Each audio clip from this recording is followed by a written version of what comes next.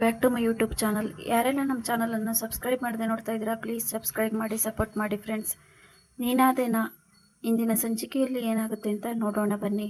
ಹೇಗಾದ್ರೂ ಮಾಡಿ ವಿಕ್ರಮ್ ಹತ್ರ ಮಾತಾಡಿ ಅವ್ರ ತಾಯಿ ಮತ್ತೆ ವಿಕ್ರಮ್ನ ಒಂದ್ ಮಾಡ್ಲೇಬೇಕು. ಶಕುಂತಲಾ ಅಮ್ಮನೂ ಕೊರಗ್ತಾ ಇದ್ದಾರೆ ಅಂತ ಅನ್ಕೊಂಡು ವಿಕ್ರಮ್ನ ಬದಲಾಯಿಸಕ್ಕೆ ಇದೊಂದೇ ದಾರಿ ಇರೋದು.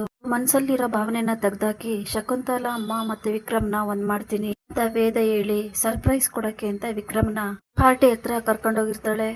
ಆಗ ಡೆಕೋರೇಷನ್ ಎಲ್ಲ ನೋಡಿ ವಿಕ್ರಮ್ಗೆ ಖುಷಿ ಆಗುತ್ತೆ. ಇದೇನ್ ಬೇತಾಳ, ಇಷ್ಟೆಲ್ಲ ಡೆಕೋರೇಷನ್ ಮಾಡಿ ಕರ್ಕೊಂಡ್ ಬಂದಿದ್ಯಾ? ಪ್ರೀತಿ ಹೇಳ್ಕೋಬೇಕು ಅಂತ ಬಂದಿದ್ಯಾ ಅಥವಾ ಪ್ರೀತಿನ ಒಪ್ಕೊಳ್ಳಕ್ಕೆ ಅಂತ ಬಂದಿದ್ಯಾ ಅಂತ ವಿಕ್ರಮ್ ಕೇಳ್ತಾನೆ. ಅದೆಲ್ಲ ಏನಿಲ್ಲ, ಹತ್ರ ಒಂದು ಮುಖ್ಯವಾದ ವಿಷಯ ಮಾತಾಡ್ಬೇಕಿತ್ತು ವಿಕ್ರಮ್. ಯಾಕೆ ನಿನಗೆ ನಿನ್ ತಾಯಿ ಕಂಡ್ರೆ ಆಗಲ್ಲ ಅಂತ ಹೇಳ್ತಿದ್ಯಾ? ನಿನ್ ಜೀವನದಲ್ಲಿ ಏನಂತ ಘಟನೆ ನಡೆದಿದೆ? ವೇದ ಕೇಳ್ತಾಳೆ. ಬೇತಾಳ, ನಾನು ಕುಡಿತೀನಿ ಹೊಡಿತೀನಿ ಅಂತ ನೀನ್ ಅನ್ಕೊಂಡಿರ್ಬೋದು, ಆದ್ರೆ ನನ್ನ ಜೀವನದಲ್ಲಿ ಕುಡಿದೇ ಇರೋಂತ ಎಷ್ಟೋ ನೋವಿನ ರಾತ್ರಿಗಳಿವೆ. ರಾತ್ರಿ ನಾನು ಮಲಗ್ದಾಗ ನಿದ್ದೆನೂ ಬರದೆ ನನ್ನ ತಾಯಿ ಬಗ್ಗೆ ಯೋಚನೆ ಮಾಡಿ ಒದ್ದಾಡಿ ಇರುವಂತಹ ರಾತ್ರಿಗಳು ಎಷ್ಟೊಂದಿದೆ. ಇದನ್ನೆಲ್ಲ ನೆನ್ಪು ಮಾಡ್ಕೊಂಡ್ರೆ ನಿಜವಾಗ್ಲೂ ನಾನು ಯಾಕಾದ್ರೂ ಈ ಭೂಮಿ ಮೇಲೆ ಹುಟ್ಟಿದ್ನೋ ಅಂತ ಅನ್ಸುತ್ತೆ. ಅಷ್ಟು ಬೇಜಾರಾಗುತ್ತೆ. ನನ್ನ ತಾಯಿ ಬಿಟ್ಟೋದಾಗಿಂದ ನಾನೊಬ್ನೇ ಅನಾಥ ಆಗಿದ್ದೀನಿ ಈ ಪ್ರಪಂಚದಲ್ಲಿ. ಯಾರು ನನ್ನ ಪಕ್ಕದಲ್ಲಿ ಇದ್ರು ಕೂಡ ಅವರು ನನ್ನವರು ಅಂತ ಅನ್ಸೋದಿಲ್ಲ. ತಂದೆ ಮತ್ತೆ ಅಣ್ಣ ಇದ್ರು ಕೂಡ ಅವರು ನನ್ನವರು ಅಂತ ನನಗೆ ಭಾವನೆ ಬರ್ತಾ ಇರ್ಲಿಲ್ಲ. ನನಗೆ ಅಮ್ಮ ಬೇಕು ಅಂತ ಅನಿಸ್ತಾ ಇತ್ತು. ಕೊನೆಗೂ ನನ್ನ ತಾಯಿ ನನ್ನ ಹತ್ರ ಬರ್ಲೇ ಇಲ್ಲ. ಎಷ್ಟೋ ವರ್ಷ ನಾನು ನನ್ನ ತಾಯಿ ಜಪನೆ ಮಾಡ್ತಾ ಇದ್ದೆ, ಅವರು ವಾಪಸ್ ಬಂದೇ ಬರ್ತಾರೇನೋ ಒಂದೇ ಒಂದ್ ನಂಬಿಕೆಯಲ್ಲಿ ನಾನು ಕಾಯ್ತಾ ಇದ್ದೆ. ಕೊನೆಗೂ ಅವ್ರು ಸಿಗ್ಲೇ ಇಲ್ಲ ಅಂತ ಬೇಜಾರ್ ಮಾಡ್ಕೊಂಡು ವಿಕ್ರಮ್ ಹೇಳ್ತಾನೆ.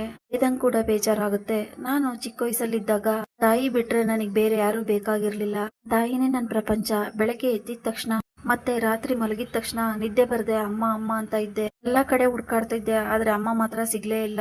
ಕಣ್ಣೆದುರುಗಡೆ ಆಟ ಆಡಿಸ್ತಿದ್ದಮ್ಮ, ಊಟ ಮಾಡಿಸ್ತಿದ್ದಮ್ಮ, ಇದ್ಕಿದ್ದಂಗೆ ಬಿಟ್ಟೋದ್ರು. ಅವ್ರಿಲ್ಲ ಅಂತ ಹೇಳಿದಾಗ ಹೇಗೆ ಒಪ್ಕೊಳ್ಳುತ್ತೆ ಈ ಜೀವ? ಇಷ್ಟೊಂದೆಲ್ಲ ಕಷ್ಟಪಟ್ಟು ನೋವನ್ನೆಲ್ಲ ತಡ್ಕೊಂಡು ನಾನೊಬ್ನೇ ಹಾಸಿಗೆ ಮೇಲೆ ಮಲ್ಕೊಂಡು ಬಿಕ್ಕಿ ಹತ್ತಿದೀನಿ. ರಾತ್ರಿ ಇಡೀ ಕಣ್ಣೀರ್ ಹಾಕಿದೀನಿ. ಆದ್ರೆ ಕಣ್ಣೀರ್ನ ಒರ್ಸಕ್ಕೆ ಯಾವ ಕೈನೂ ಇರ್ಲಿಲ್ಲ, ಸಮಾಧಾನ ಮಾಡಕ್ಕೆ ಕೂಡ ಯಾವ ಕೈನೂ ಇರ್ಲಿಲ್ಲ.